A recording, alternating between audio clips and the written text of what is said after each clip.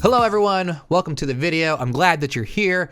My name is Gage Edwards and I'm back with a new interview with one of our 40 Under 40 award winners for Waste360.com. I recently spoke with Ashleigh Garnes of Meridian, West Virginia, and I learned about her awesome work in the waste industry. Ashleigh and I spent a lot of time talking about her role in the industry, how we can all be better at recycling, how awesome it is that her company is the primary service provider for her alma mater, Virginia Tech, and what it means to her to have won a 40 Under 40 award. So make sure you check out this full interview. For anyone watching out there, any listeners, whomever, can you give me a quick rundown of maybe who you are and what you do?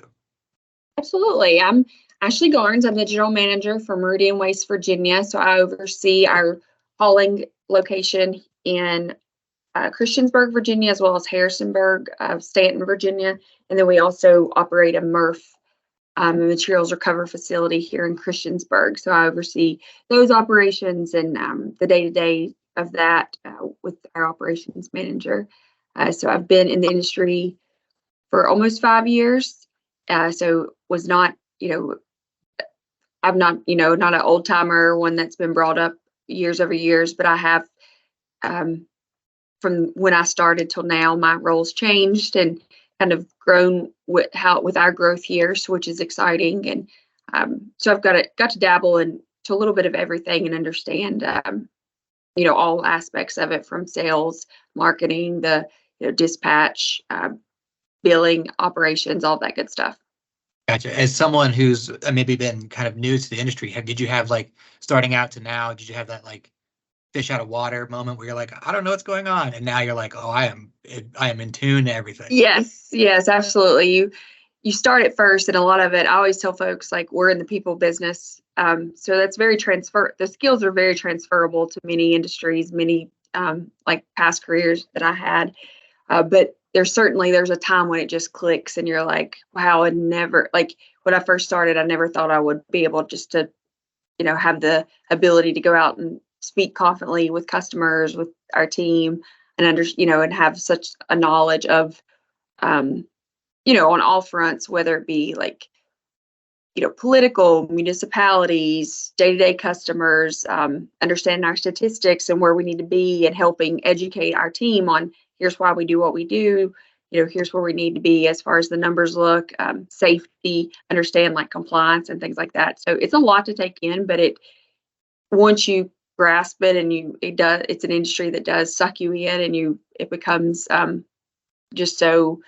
you become so in tune with it, and you're for me, I really enjoy it. I'm always like, I get so excited when I see our can at a new location that I may not have known about, or if I see a competitor's can at I'm immediately taking pictures and texting our salesman. So it's something that it gets in your blood, and it's that competition's real. Well, that's excellent. Well, now I'm gonna test you a little bit with your confident ability to speak about it. So tell me a little bit about Meridian Waste Virginia and the mission you guys try to achieve. Well, we provide a service with, we want to have a less wasteful approach to collecting garbage. We want our culture to be different, as far as we want folks in our community, within our communities, our customers, our businesses, we want them to see us as a partner, and one that truly is there to provide solutions to their problems, assist them in all aspects, and that they want to call us when they need our services, and hopefully we can meet them halfway when they're having, when it's a creative opportunity that maybe isn't just your traditional put a trash can here, pick it up, and move on. So that's somebody I know with my team, I strive hard to create an example and an opportunity to where we're a yes company. We want to always lead with yes. We, when we answer the phone, when we meet an on-site customer on site, one of our drivers, we're all the salesmen, we're all the representatives of Meridian Waste here in Virginia, and that's important because we all are driving our business, and word of mouth obviously travels fast. So if we can provide a good service, and we can, if a customer knows that they can call us and we can help provide solutions, or if we can't necessarily do a project, we can take a step back and and punt again and see what else might be opportunities exist. That's important because, it's, you don't always get that in today's world. And it's hard to, something that I think sets Meridian Waste apart is when you call us, you call our business line, you speak directly to someone. You're not even getting a breakdown of press 1 for this or 2 for this. And I think that goes so far when you're in customer service and in our industry. Because a lot of times all they need is us to answer a 10-second question or to call in something and just know that they spoke to someone. And that really sets us apart and can set the tone for that relationship. Yeah, it's that having a quick personable interaction instead of like being, it's held up by a computer. You're like, oh, okay, well, now I have to sit through this, and that's going to rub me the wrong way. Because I know anytime I have to call for something and I get a computer or a word prompt, I'm like, I don't want to deal with this anymore. Take me to an agent. So Yes, really yes. nice. Yeah, so that's definitely a nice aspect that we've been able to deliver. Great. Well, another aspect I read about that you guys deliver is being the primary service provider for Virginia Tech. Yes, sir, we are. Keeping a campus that size clean, is that a challenge? Was it a challenge to take on at first? There are challenges. I think they do a great job. I cannot speak enough about the wonderful relationship that we have with Virginia Tech. I also went to school there, and even though I've been graduated for a few years now, I do my best to stay on top of especially like extra activities, things that might bring additional people in on the weekends. We've really gotten involved. They're in a huge growth mode. If you come to campus, I mean, there's cranes and equipment everywhere of new buildings, new construction, remodeling of existing buildings, and that's exciting. But at the same time, it brings in a whole other layer of, how can we work through some of the old ways of doing things and really be on the front side of almost like a consulting layer, if you will, built in there so that we can help assist with, the new construction. What do you really need? Is it a compactor? Is it a front load? How important is it to, set up recycling at this? Because you learn so much about also like we have to grow with the student population. So what was a student looked like in 2014, 2020 even is not the same as 2023. So it's really important that we're all in tune with that and aligned with that and realistic with the expectations of students, of faculty and staff, visitors on campus, and what they want, what we want them to see, and then how we want to be able to execute that behind the scenes. But our team's phenomenal. Our Virginia Tech team they do a superb job. They've bought into the fact that like this town, this area is here because of Virginia Tech, and then we're able to build around it. But we've really just have the best relationship with them. They're comfortable, calling us, texting us. It's very, it flows very well, and we have respect for them, and they do us, and we're able to be honest with one another, and I can't say enough good things about the partnership and how we've been able to grow as they have grown over the past few years and implement the needs that they have for their larger scale projects and, new construction as things have changed. There must be an extra sense of pride knowing that you went there yourself and now you get to serve that whole community and kind of give back, right? Yes, absolutely. Yeah, it's definitely my baby. I mean, I take, it's exciting. I love walking around campus with my little boy, and he's like, "Mom, look, there's your trash can." He's only 4, and it gives you that like excitement because you take it for granted when you're in school, and even like your garbage men and women, what they do, but now to see like their day in and day out, and they are true service providers and do a phenomenal job, not only for Virginia Tech's campus, but for our community, keeping it clean, keeping it safe, like taking, we live and work here too. And so being able to combine that and like be right here in the community that we serve is something special. Excellent. Well, just kind of pivoting to that, because you also serve on the climate action commitment team, correct? Mm-hmm. Yeah, so Virginia Tech's doing a large scale evaluation and look at how they can meet their zero waste goal by in stages, but essentially by 2025 and then again in 2030. They've got a lot of opportunity to do that and to really a big piece of that is bringing their composting in-house and then being able to repurpose it to their agriculture fields and their agriculture production models. So there's a couple different groups that we meet with regularly and talk to and try to, again, on our end of things as being the service provider and having the contract for a number of years, behind us as well as moving forward. We want to make sure that we're in this to get, we want to prove to them that we're in this together, and we want what sometimes seems like the best idea or just, oh my goodness, this will totally work. But when you break it down logistically or, by operations or the size of a truck or what you have to think about with labor hours or getting into a parking lot after a football game is not always as realistic as you would hope. So we're kind of there to be that the real life model, if you will, and because we're the boots on the ground that are, touching it every day that can really assist with them as they make some major improvements and exciting changes at the university from a recycling, compost, sustainability sector. Speaking on to like what's working, what challenges you might face, continuing on that, what is working? Like what hurdles do you see when it comes to recycling and how can we all do better? Recycling is 100% education.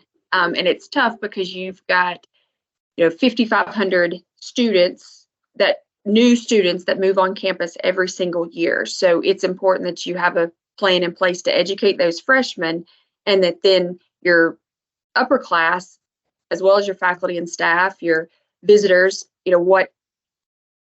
what do we have in place that allows them to visibly see our recycling program, what our expectations are, who's, holding us accountable, who's holding that building accountable, who's making sure there's no trash getting thrown into the cardboard carts or the cardboard piles. So there's a lot of hands on deck, and it takes a village, a very big village, but really it comes down to using our resources, using the outlets that we have to get in front of those the new student body, the freshmen that are moving onto campus, and then hopefully continuing to educate them in various ways throughout their time, in Blacksburg. And then also hopefully it'll spill over to the apartment complexes that they move into next, or the restaurant that they enjoy, or maybe the business that they work at while in college. It's certainly a way to spread that message. And the same goes for football games. We collect recyclables after football games, both in the parking lots and in the stadium. And there's a huge opportunity. And with the way the market has changed with, at sporting events, there's an increase in recycling as far as what is, what's sold, what beverages and food, like some of the containers are now easily recyclable.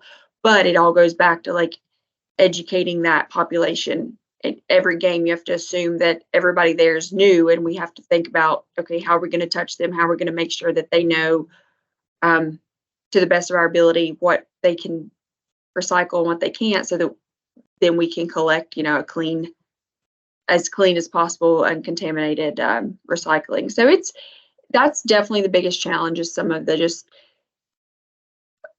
education and continuing to hold that accountable, because it's, when you're working with that many people and there's that many hands on deck, it can certainly feel overwhelming at times.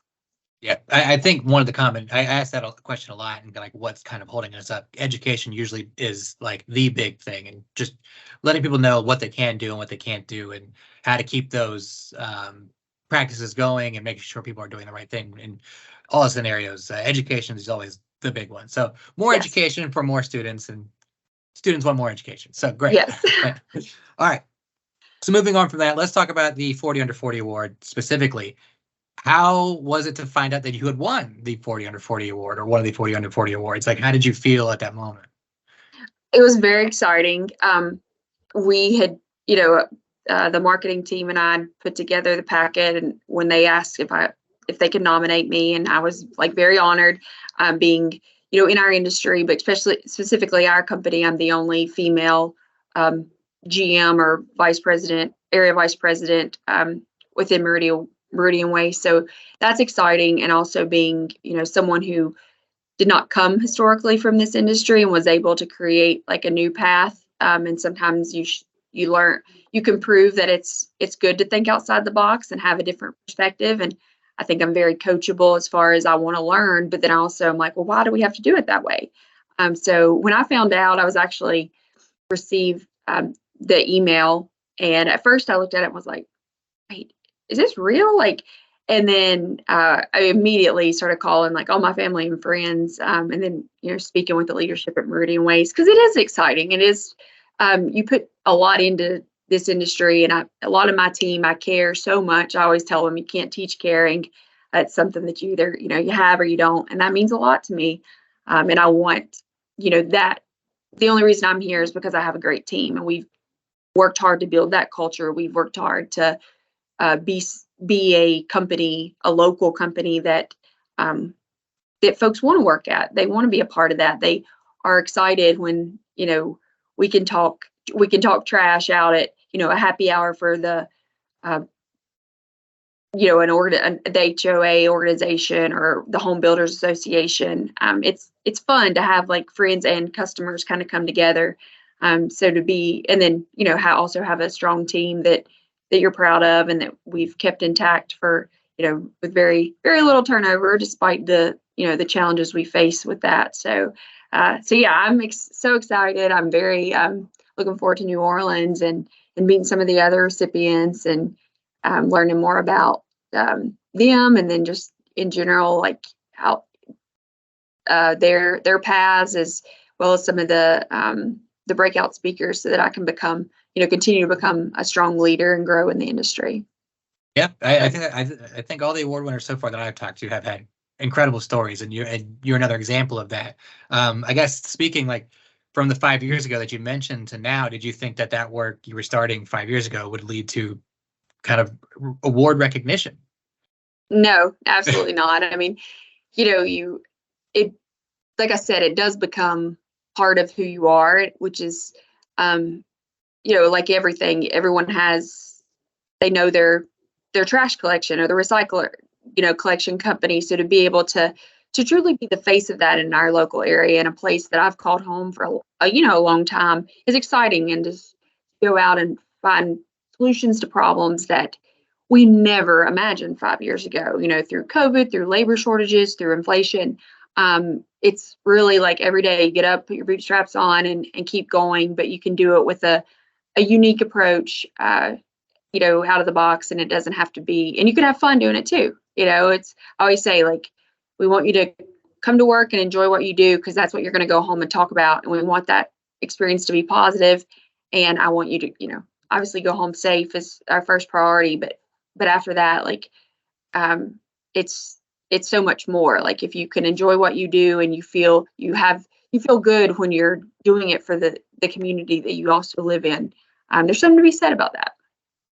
That's awesome. That kind of brings me to the end. I love hearing about your story, and I guess the commitment to the work that you guys are doing. Is there anything else you'd like to mention at me, throw at me, that you guys want to bring up and talk about? I think our bread and butter is customer service at this Meridian location.